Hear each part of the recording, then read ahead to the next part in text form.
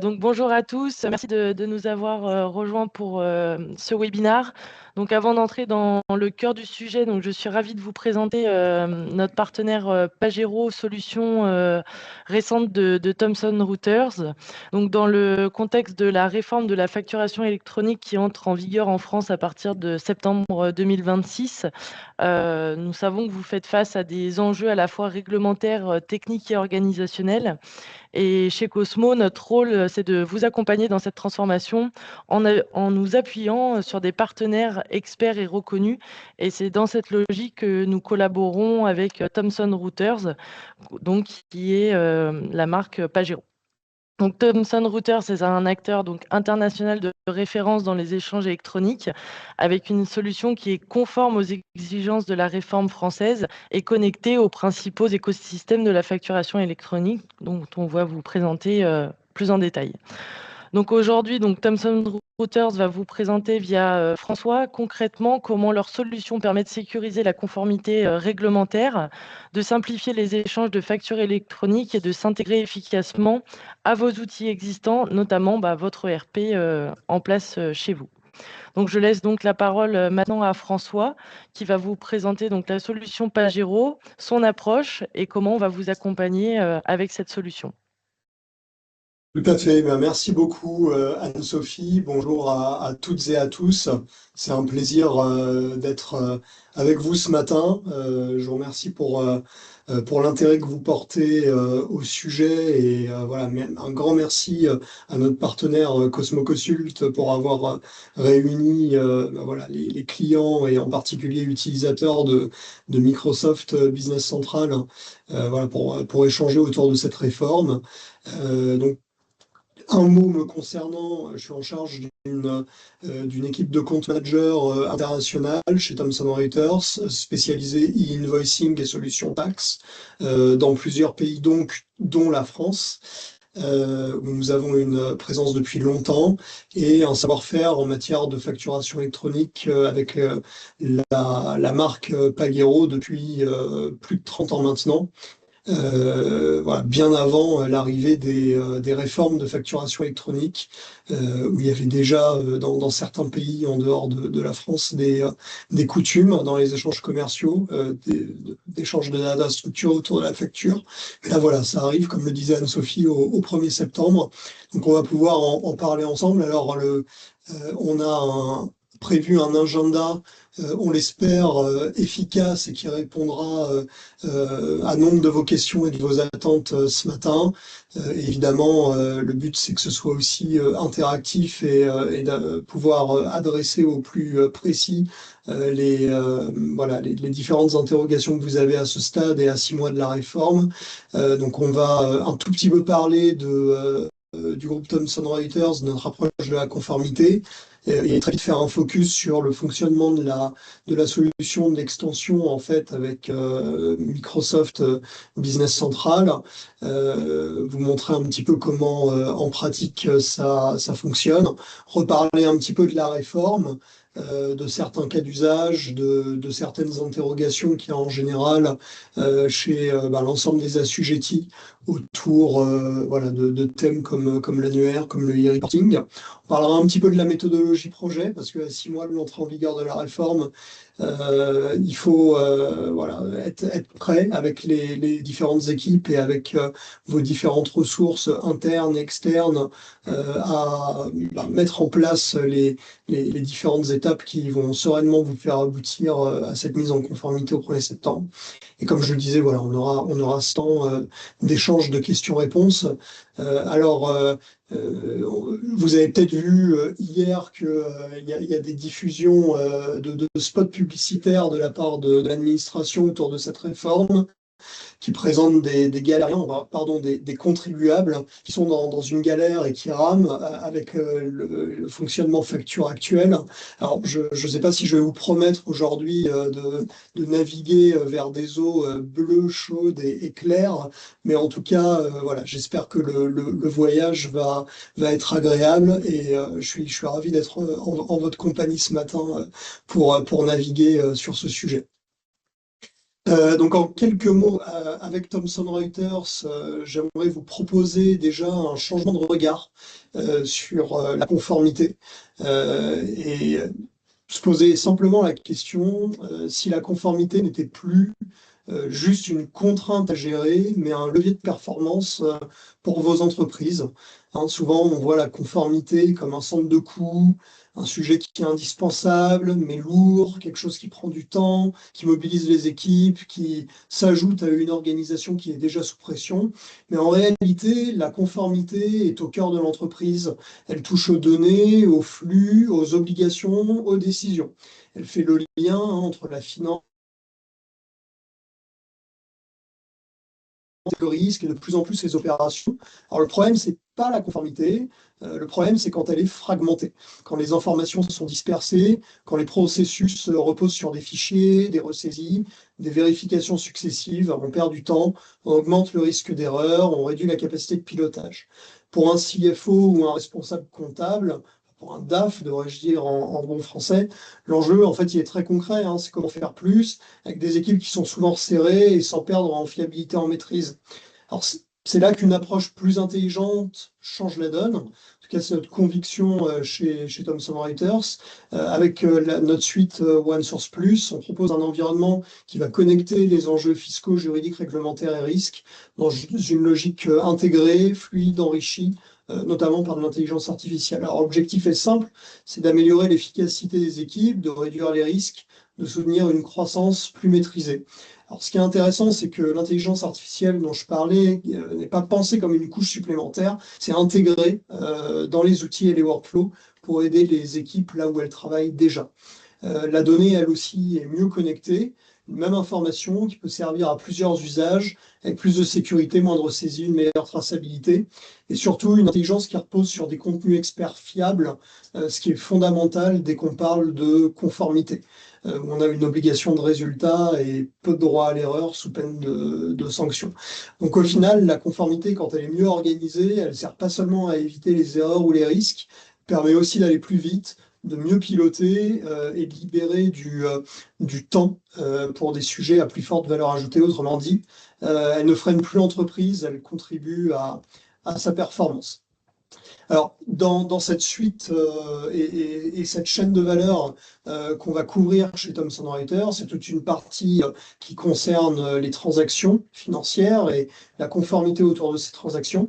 Et ça va aller de la détermination des taxes et des taux de TVA typiquement à appliquer partout dans le monde en fonction des typologies de produits et services, jusqu'aux déclaratifs fiscaux. Donc, par exemple, le CA3 en France, mais en fait, on fait ces déclaratifs fiscaux automatiquement et de façon fiable pour nos clients dans des dizaines de juridictions dans le monde.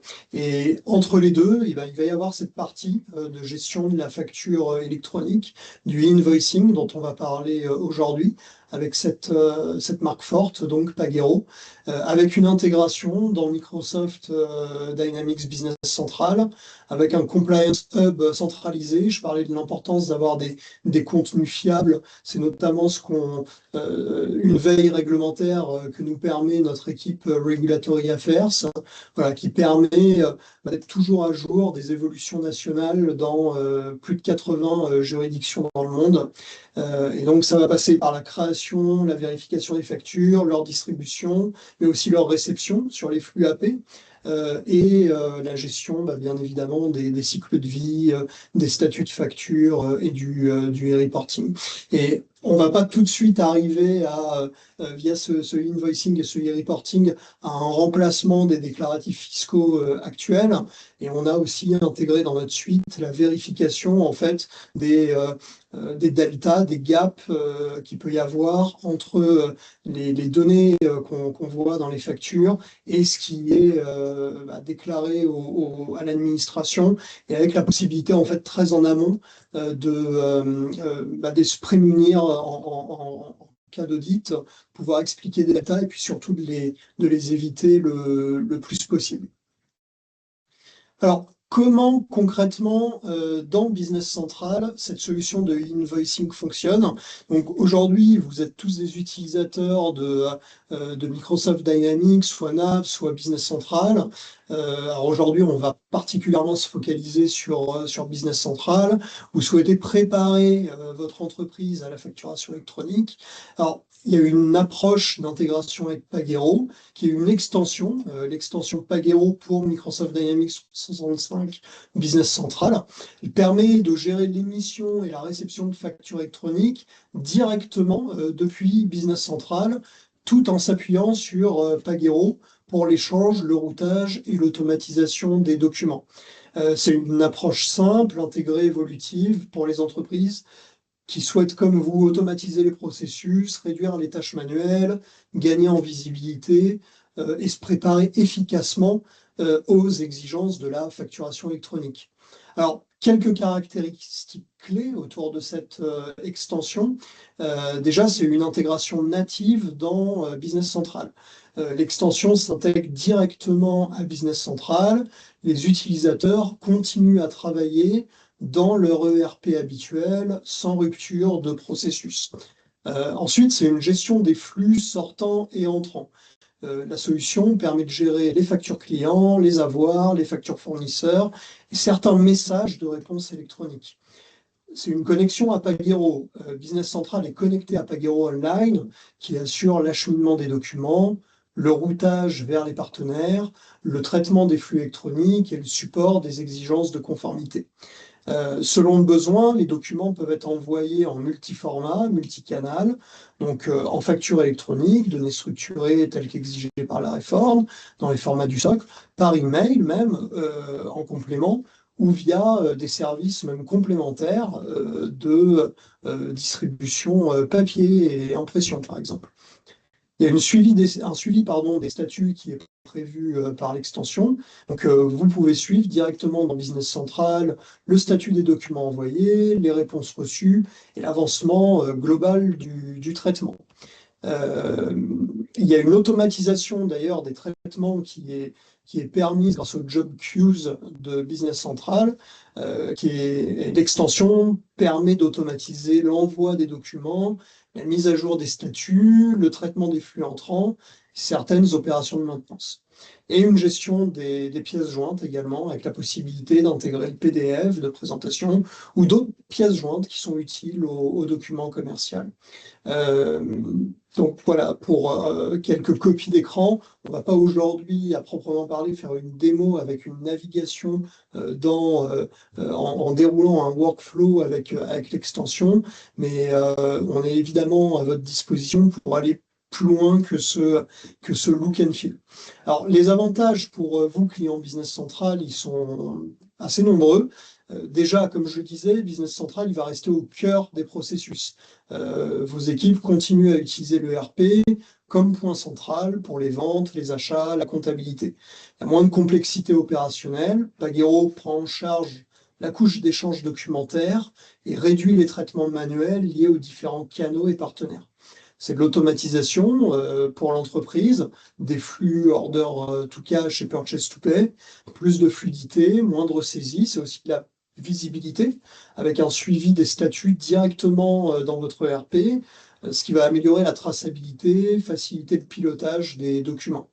Et c'est une solution qui est évolutive, une extension qui s'inscrit dans une logique de réseau international, qui est utile pour les entreprises et qui ont des besoins, c'est peut-être votre cas, dans plusieurs pays ou qui sont en croissance, avec pourquoi pas des acquisitions à l'international et des pays qui eux aussi ont leur propre nécessité d'émettre et de recevoir des factures électroniques. Donc voilà, globalement, c'est une meilleure préparation à cette réforme de septembre 2026, avec une solution qui va aider à structurer l'approche des entreprises et la e-facturation de manière pragmatique et intégrée. C'est une extension qui existe depuis alors longtemps maintenant vis-à-vis de Microsoft. On a un partenariat qui date de 10 ans là exactement pour NAV et maintenant Business Central.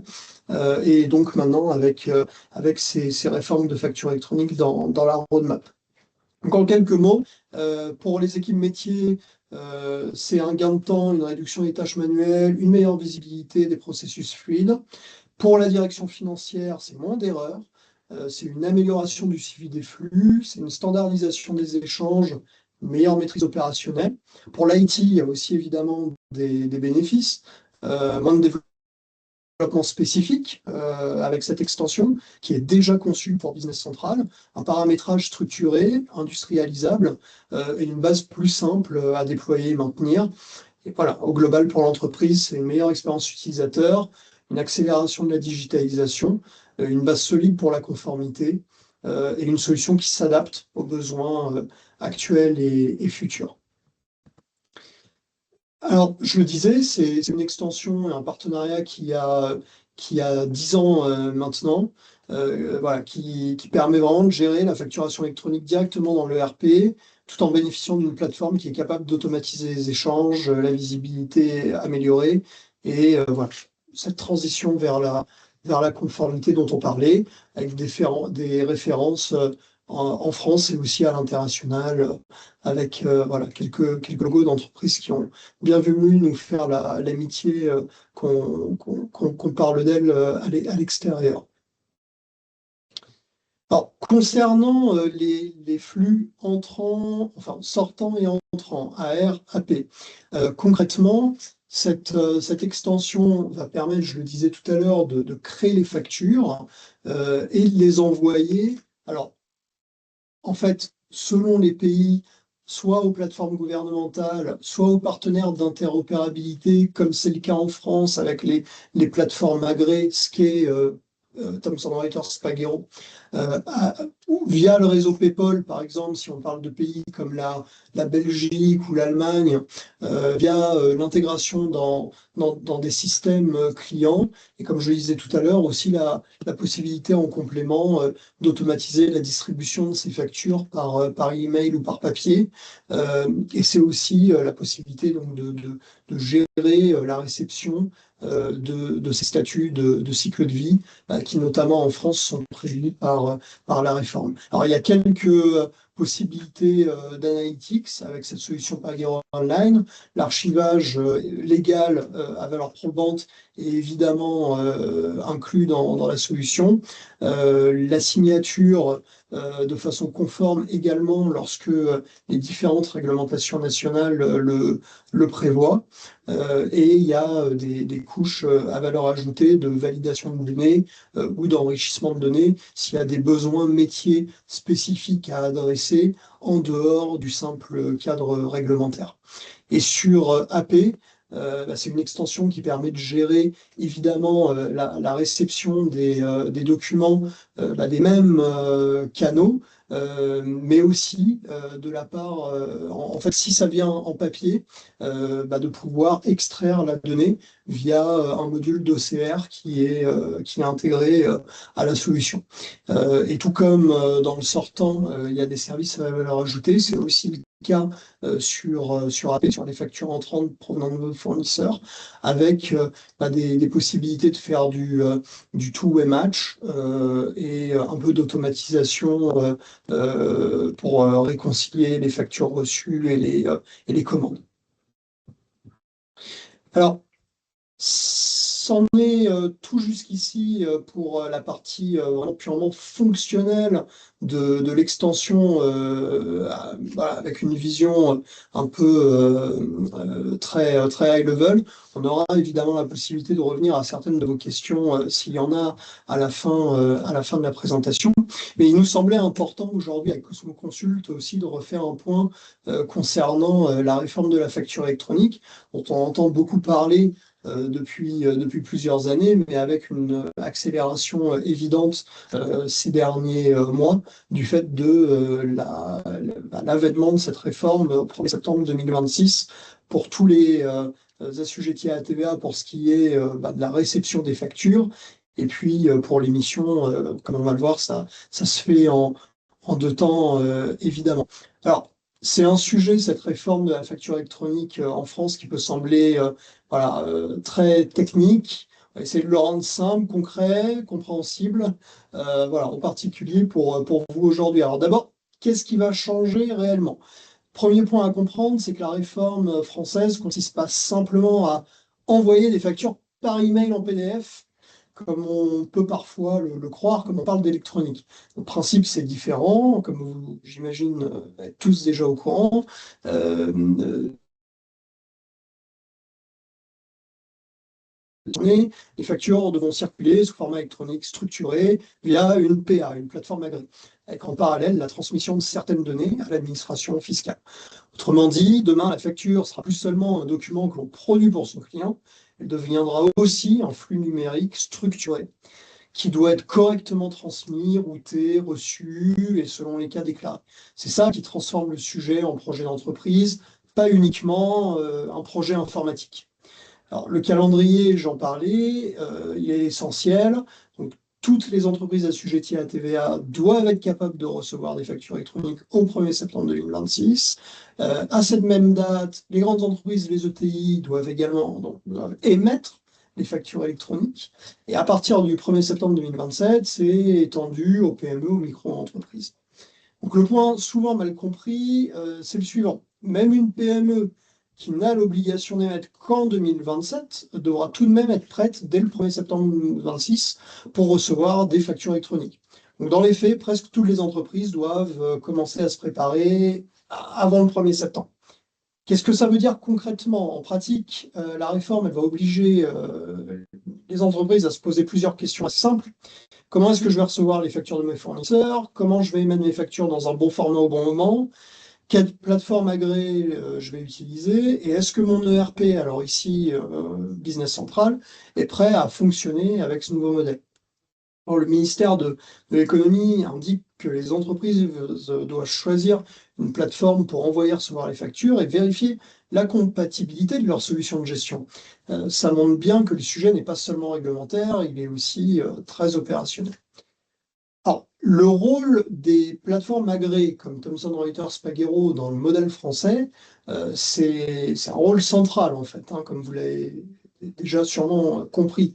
La PA, elle intervient pour transmettre les factures, les recevoir, alimenter l'annuaire et transmettre à l'administration les données de facturation, ainsi que certaines données de transaction ou de paiement, voilà, lorsque c'est nécessaire.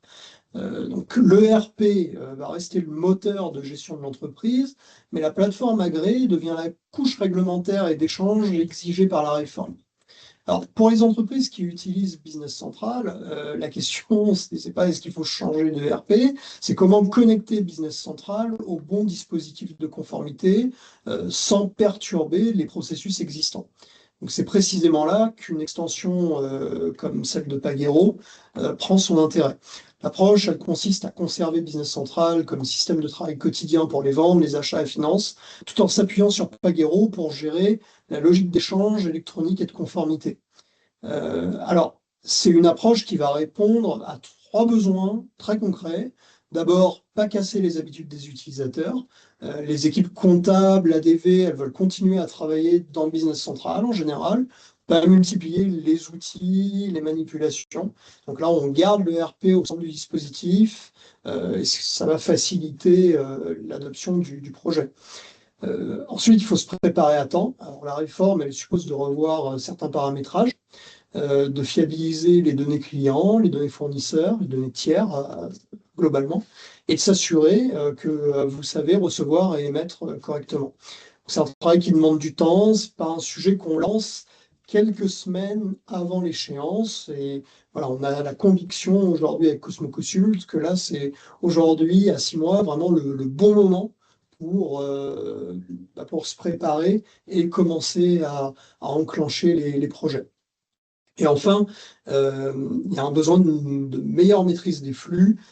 C'est une réforme qui concerne pas seulement l'émission d'une facture, elle concerne aussi le routage, l'interopérabilité, l'annuaire et la remontée d'informations à l'administration. Donc une solution intégrée, elle permet de mieux sécuriser ce cycle de bout en bout. Alors, il y a aussi des impacts à prendre en compte sur le contenu des factures. à compter du 1er septembre, il y a des nouvelles mentions obligatoires qui doivent apparaître sur les factures, notamment le numéro de sirène du client. Donc voilà, on parlait de la fiabilité des données du client, l'importance du sirénage, du dédoublage, la catégorie d'opération, la mention de l'option de TVA sur les débits, si vous êtes dans ce cas-là. Dans certains cas, l'adresse de livraison, si elle diffère de l'adresse de facturation. Voilà, ça veut dire que la préparation, elle ne se limite pas au canal d'envoi, elle touche aussi les données de facture elles-mêmes. Alors, si je devais aujourd'hui résumer cette réforme de façon très simple, je dirais qu'à partir de septembre 26, en France, on passe d'une logique de facture document à une logique de facture flux structuré, pilotée par plateforme. Donc pour vous, utilisateurs de Business Central, l'enjeu il va être de relier cette ERP à une PA de façon simple, sécurisée, compatible avec vos processus. C'est dans cette logique que la solution comme l'extension de Pagero prend son sens, puisqu'elle permet d'aborder la réforme pas comme une rupture, mais comme une évolution structurée des processus existants. Alors, on nous parle, on nous pose beaucoup de questions sur la France autour des cas d'usage. C'est une notion qui n'existe pas dans les réformes de facture électronique d'autres pays, même très proches de la France. Alors, en France, il y en avait 42 jusqu'à il y a très peu, maintenant il y en a 44. Euh, c'est- Tout n'est pas cas d'usage, il y a aussi des cas d'échanges simples, je voudrais les dire aujourd'hui. Mais c'est important d'avoir fait, avant de se lancer dans un projet ou en parallèle de commencer les travaux, voilà, cette identification des cas d'usage par lesquels votre entreprise est concernée. Alors, du côté de Thomson Reuters, il y a une bonne moitié de ces 44 cas d'usage qui ont déjà été analysés par les équipes, documentés techniquement, voilà, qui sont prêts. Et c'est un travail qui est continu avec des cas d'usage supplémentaires qui sont analysés, documentés par nos équipes réglementaires et techniques en continu. Voilà, ce qui nous permet en confiance d'aborder la couverture la plus large possible par rapport à cette quatre dizaines de cas d'usage. Donc, comme je le disais, tout n'est pas un cas d'usage spécifique. Il y a des flux standards. Par exemple, une facture simple, un avoir simple, qui suivent le cadre normal, sans scénario particulier. Les cas d'usage, ils servent surtout à documenter des situations plus complexes, comme l'autofacturation, comme la facturage, le paiement par un tiers. Donc, par exemple, pour l'autofacturation, l'acheteur, il va créer la facture au nom du fournisseur. Le fournisseur, il la reçoit, il doit la valider, l'approuver. Euh, Dans le cas d'un avoir, l'avoir doit référencer la facture d'origine, expliquer la correction ou le remboursement. La facturage, dont on nous parle aussi souvent quand on discute de la réforme avec nos clients, déjà il y a deux cas d'usage possibles, le 8 et le 10. Donc, dans le cas du 8, le paiement ne va pas au vendeur, mais à la société d'affacturage, donc il faut l'identifier comme bénéficiaire. Et parfois, ça se passe après l'émission de la facture. La facture, elle peut être cédée après l'envoi, après son envoi. Donc, c'est un statut de cycle de vie de la facture qui va informer du nouveau bénéficiaire du paiement. Voilà, donc, quelques exemples. Et en fait, sur la France, Pagero prévoit des logiques très concrètes pour tous ces cas d'usage qui ont été analysés du coup. Et évidemment, on est à votre disposition avec nos experts pour aller plus loin en fonction de ce qui vous incombe. Alors, on parle aussi souvent de l'annuaire des entreprises que les PA, les plateformes agréées, vont devoir en fait mettre à jour. Il va effectivement falloir voilà, s'enregistrer et régulièrement actualiser.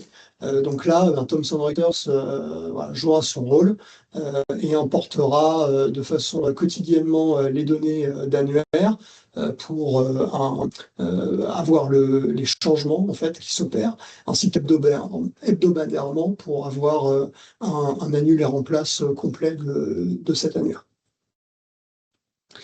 Et concernant le e-reporting, qui est un autre point important de cette réforme, donc pour notamment les paiements, les transactions qui font pas l'objet d'une émission à proprement parler de factures en flux structuré, de factures électroniques, donc du B2B cross-border ou du B2C.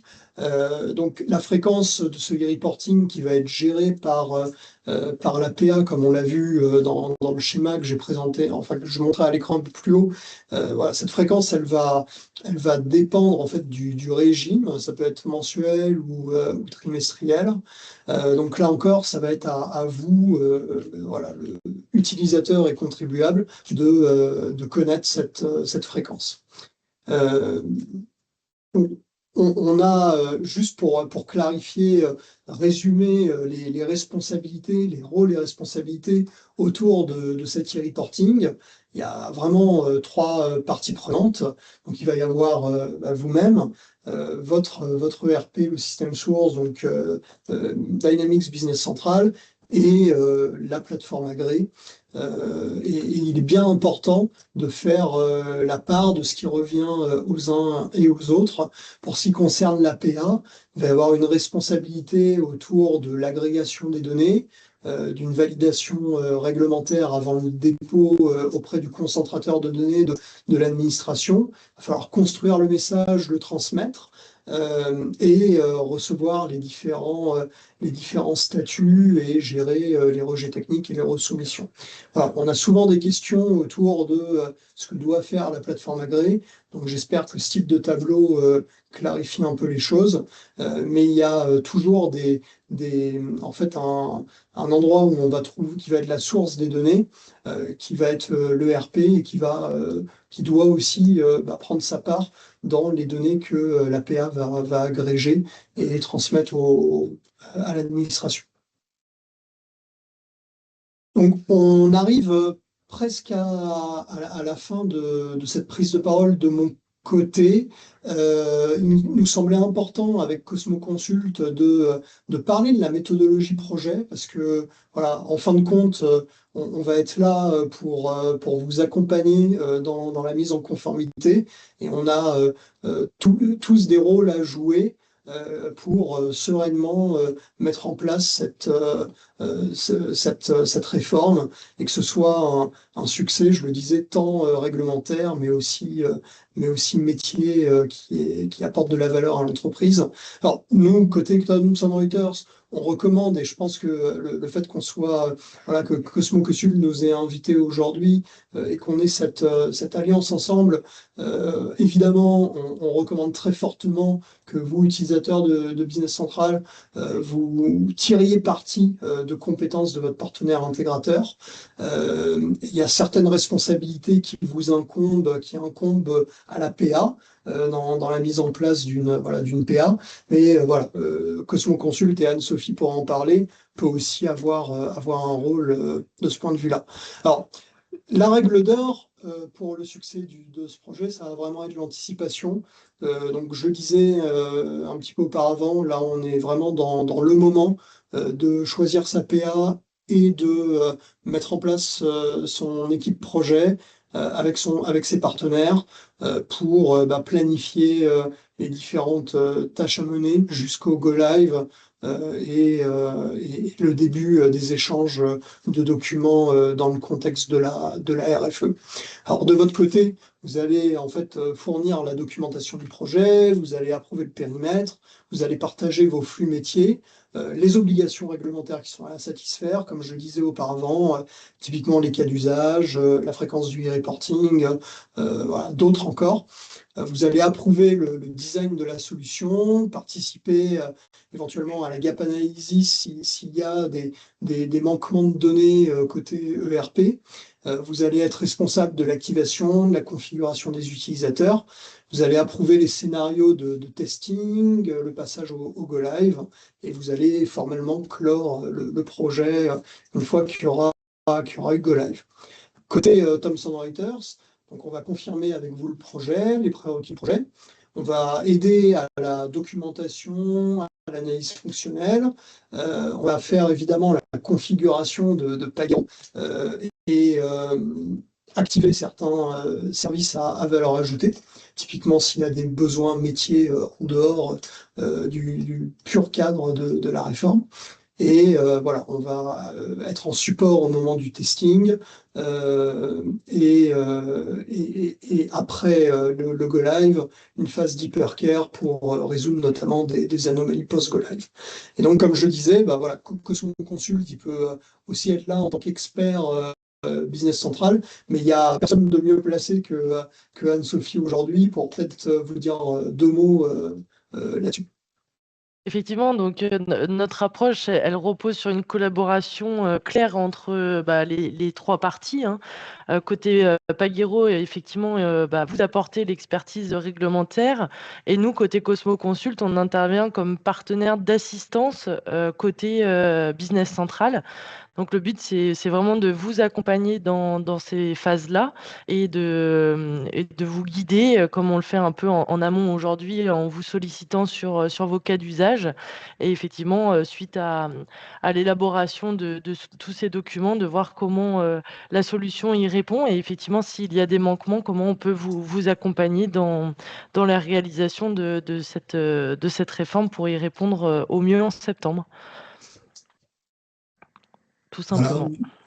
Et merci beaucoup pour Anne-Sophie, merci beaucoup pour votre attention.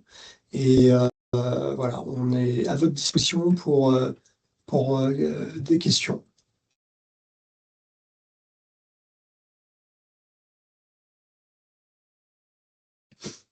Alors, on a une question de Romuald. Alors, quelques questions. Vous occupez-vous de l'inscription à l'annuaire pour vos clients ou ça reste à réaliser par vous? Euh, Donc c'est sur l'inscription à l'annuaire, hein, c'est ça? Ouais, sur le chat, là, il y a une question sur l'inscription à l'annuaire. Est-ce que c'est Oui. Pagero qui s'en occupe? Alors à ma connaissance, ça va être l'entreprise qui va renseigner ces entités. Nous, on va paramétrer vos entités légales dans Pagero Online. Et ensuite, par contre, on va avoir pour rôle la mise à jour de l'annuaire. Ouais. Il y a une deuxième question, toujours de Romuald. Pour les cas d'usage que Pagero ne gère pas pour le moment, quelles options de contournement proposez-vous? Customisation à la carte ou c'est au client de trouver un contournement? Pour les cas d'usage non couverts, c'est ça? Oui, oui. Oui, tout à fait. Eh bien, ça, c'est quelque chose qu'il faut qu'on discute en fait avec vous lors de l'étude du projet, parce qu'en fonction de ce qui est prévu par notre équipe produit, voilà, soit ça va être sur la roadmap entre guillemets pour une analyse très rapide en fait avant le 1er septembre, on pourra le confirmer ou pas. Soit ce sera pas géré et dans ce cas-là, alors moi j'ai pas de solution de contournement là qui soit prévue en tête. En fait, on vous communiquera très clairement quels sont les cas d'usage qu'on couvrira et ceux pour lesquels soit on ne couvrira pas, soit on ne sera pas prêt. Et voilà, vous pourrez faire un choix éclairé en fonction. Ok. Il y a une question un peu plus IT en termes d'aspect infra-cybersécurité. Une question de où sont localisés les serveurs de Pagero et quelles sont les garanties cyber dessus. Oui, donc les serveurs, ils sont en Europe et on a aussi évidemment en France un hébergeur de données qui est Sens, S3NS.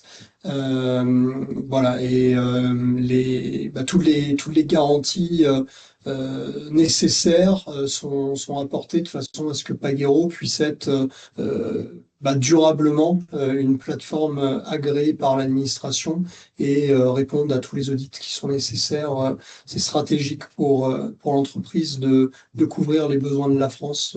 Donc voilà, évidemment, ISO 27001 voilà, est apposé sur la solution et l'hébergement, et il y a un hébergeur en France. Ok.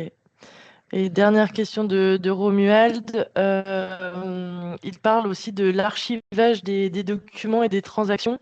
Étant donné que Pagero passe par une extension, comment a-t-on accès à ces documents? Et est-ce que l'aspect d'archivage, c'est côté Pagero ou est-ce que c'est du côté du client? Enfin, est-ce que le client doit le gérer en direct? Donc l'archivage est géré par Pagero pour donc les 10 ans obligatoires par la réforme. Ensuite, la modalité d'accès, notamment via l'extension, ça c'est quelque chose sur lequel je pourrais vous revenir avec plaisir, Romuald, dans un second temps, parce que j'ai pas la réponse là tout de suite en tête. Ok, mais en tout cas, c'est Pagero qui le gère. Oui. Ok.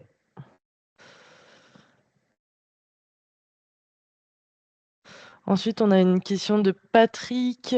Certaines données inscrites sur la facture sont des données métiers, numéro de BL en référence, référence de commande client, numéro de série, commentaire éventuel. Confirmez-vous que ces données nécessitent un mapping spécifique, voire une customisation ou au sein de la solution Pagero?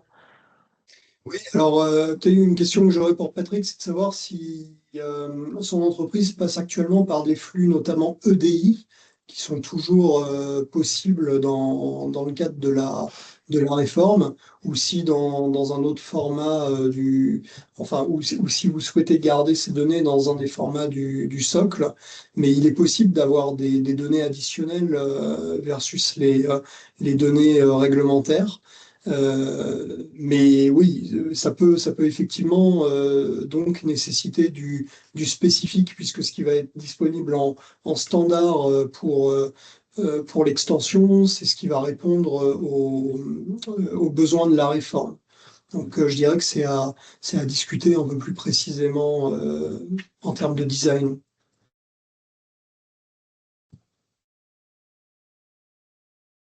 Patrice, si tu as la réponse, peut-être active, enfin si tu peux activer ton micro, peut-être, je sais pas.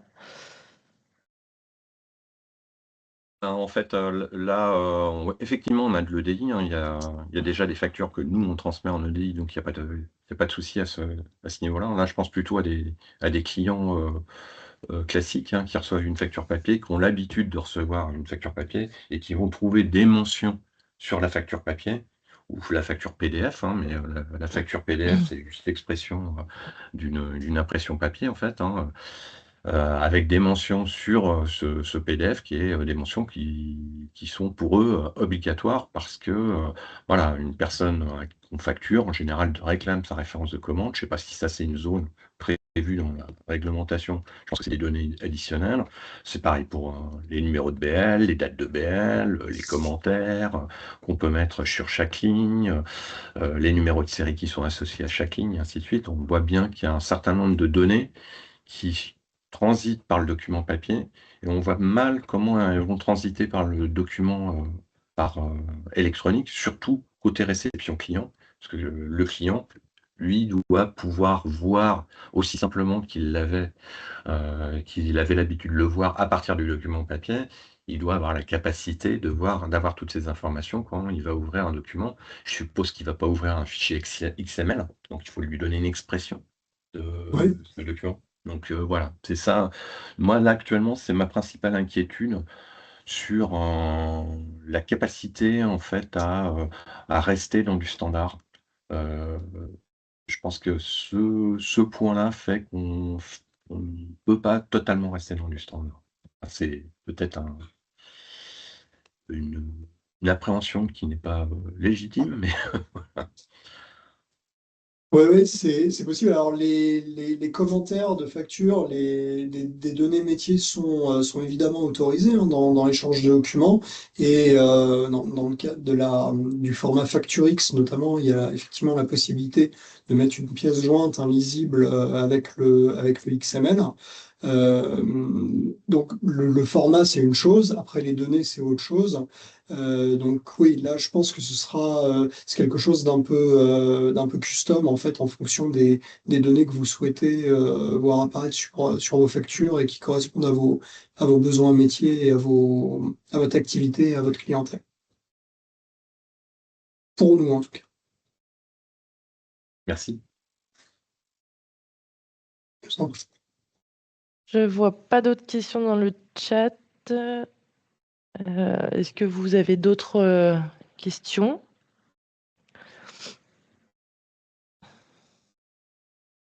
J'ai l'impression que pas d'autres questions pour le moment. En tout cas, merci pour votre attention. Forcément, donc, je reste à votre disposition pour répondre à d'autres questions si vous en avez suite au webinaire. Et n'hésitez pas à revenir vers nous si effectivement la solution Pagero répond aux attentes. On se fera un plaisir de vous mettre en relation avec les équipes de François pour justement avancer dans cette démarche et être prêt pour septembre. Absolument. Merci beaucoup pour votre attention. Passez Merci à une tous. excellente journée.